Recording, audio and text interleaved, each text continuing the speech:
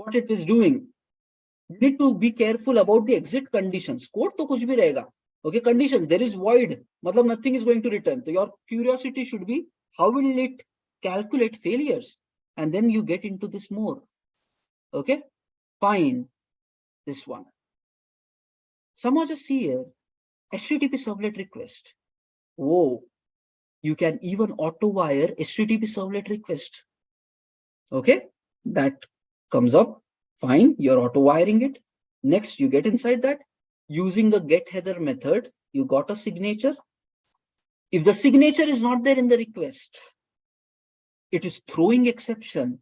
And if you have the basics of Java, you can understand when the exception is thrown, the rest of the code will not execute until it is caught somewhere. And what we see is no type.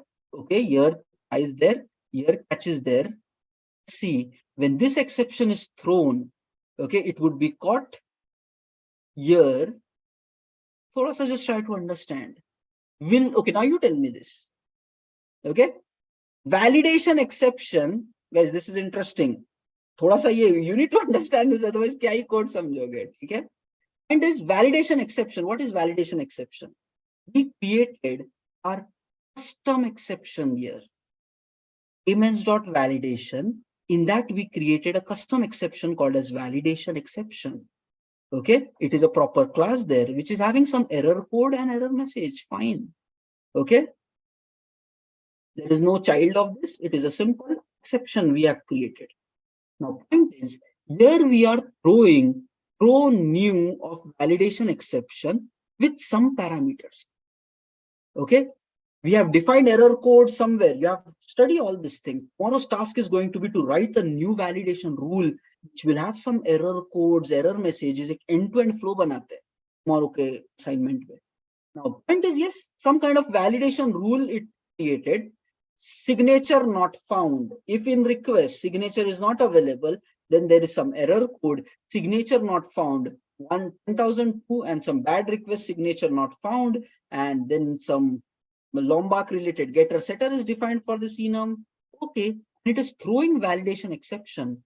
You tell me this, whether this is going to get caught here as part of no such algorithm exception or invalid key exception. Just tell me this, whether it will catch or not catch.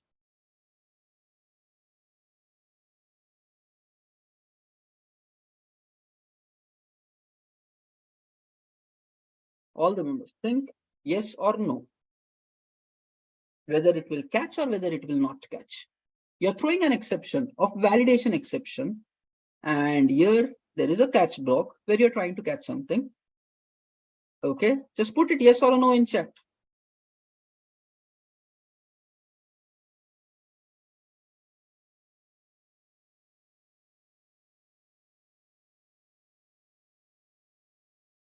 Okay, the thing is now both kind of answers are coming.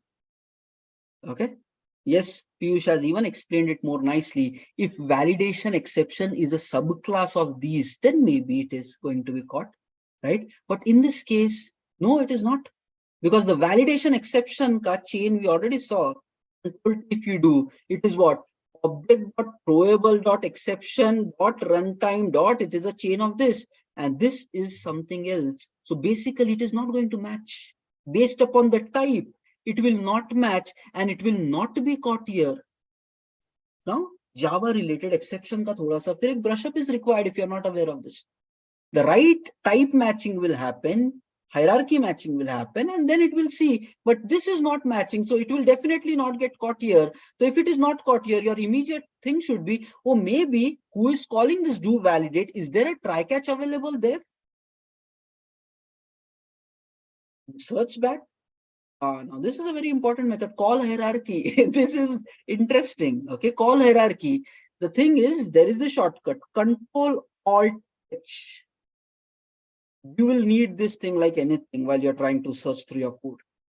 Okay, call hierarchy, from where this method is called, Control plus Alt plus H.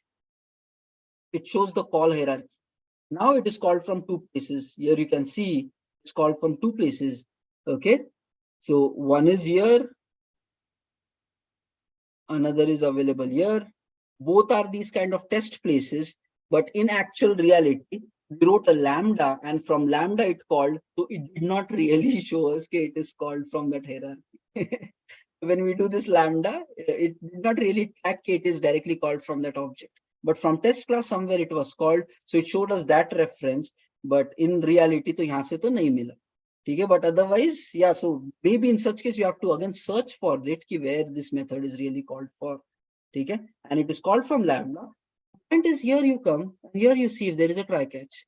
No, there is no try catch here also. Where is this method called from? Control Shift H. Okay, now controlling, yes, it is called from test ko ignore karte. Payment controller. Here also there is no try catch.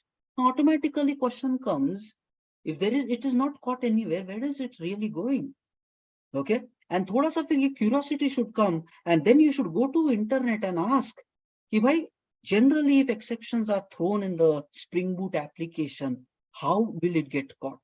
Because so far, based upon whatever knowledge we had, we are not able to find.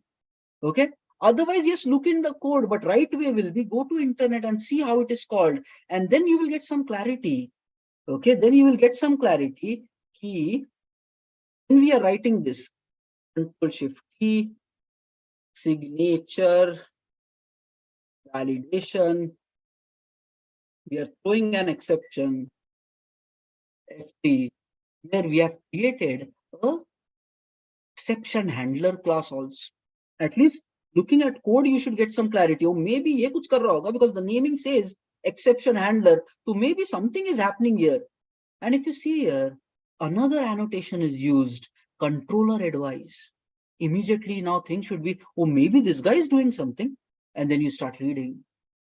Okay, controller advice. So it is a kind of a specialization of component. It is again a specific type of annotation, and which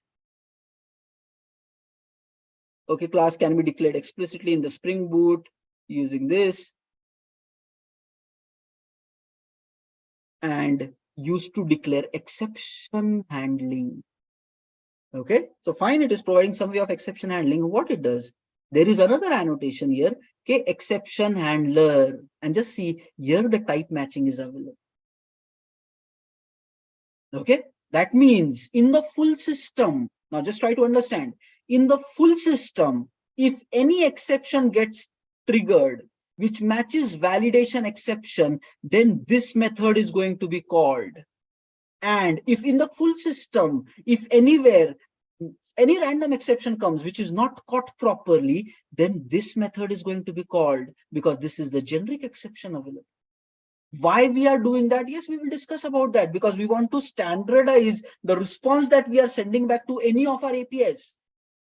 A common contract is going to be shared to the people who are calling it. You can confidently say that all our responses that we will return will belong as an object of payment response. Any kind of error happening in the system, we are standardizing our objects.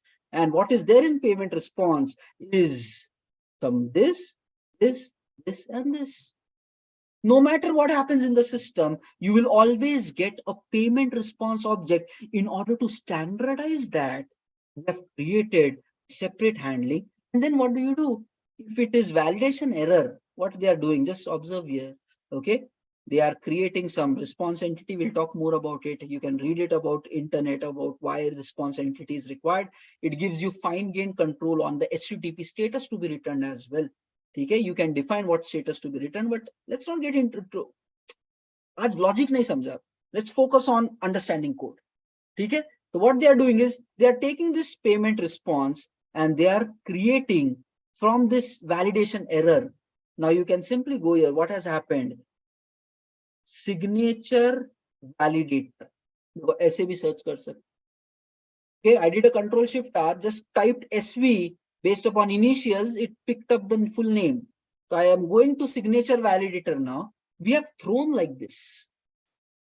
HTTP code unauthorized. 401 we are using unauthorized. Okay, next error code is signature not found, and the corresponding message bad request signature not found. Now come to our validator class. So this is captured. I'm just copying it for temporary reference. Come to the handler. Go inside here. Just try to process this.